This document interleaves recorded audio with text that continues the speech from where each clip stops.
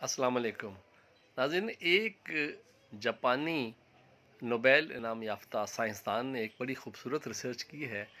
आपकी नज़र से भी गुजरी होगी ऑनलाइन, मैं आपसे शेयर करता हूँ।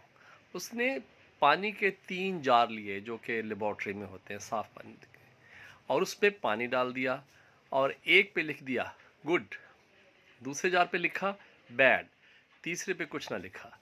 3 दिन पड़ा रहने के बाद जब उसने तीनों जार्स की माइक्रोस्कोपिकल एनालिसिस किया तो जिस पे गुड लिखा था उसके जो क्रिस्टल्स थे वो बड़े खूबसूरत बने हुए नज़र आए, और जिस पे बैड लिखा था वो डी शेप थे, और जिस पे कुछ नहीं लिखा था वो नॉर्मल थे। फिर दूसरी मर्तबा उसने इसी तरह जार में पानी लिया और एक पे लिख दिया आई लव यू, दूसरे जार पे लिख दिया आई हेट यू, और तीसरे को छोड़ दिया।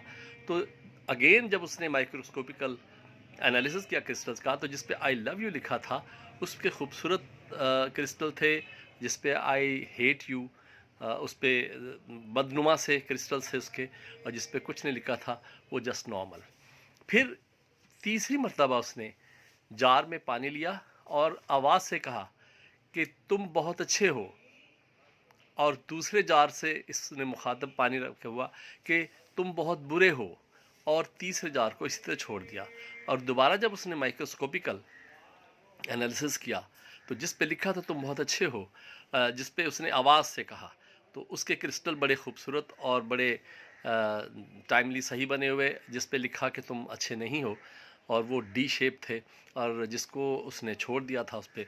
इससे उसने अपनी रिसर्च में बताया कि जो हम चीज़ों पर तहरीर करते हैं और जो हम आवाज़ से पुकारते हैं चीज़ों को, तो वो चीज़ें असरात लेती हैं, उन पर असर पड़ता है।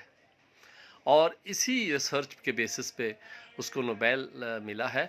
तो मैंने इस रिसर्च पर जब कंसेंसस किया तो मैंने अंदाज़ा लगाया, और मेरा ये बिलीव है कि जब हम कुरान पाक की आयत पढ़कर, कोई भी आयत पढ़कर पानी पे दम करें और पी लें, और जिस मकसद के लिए पिएँ शिफा मिलेगी, व इज़ा मरीज़ तोफ़ा हुआ यशफ़ीन, ये पढ़कर पानी पे दम करें और शिफा होगी।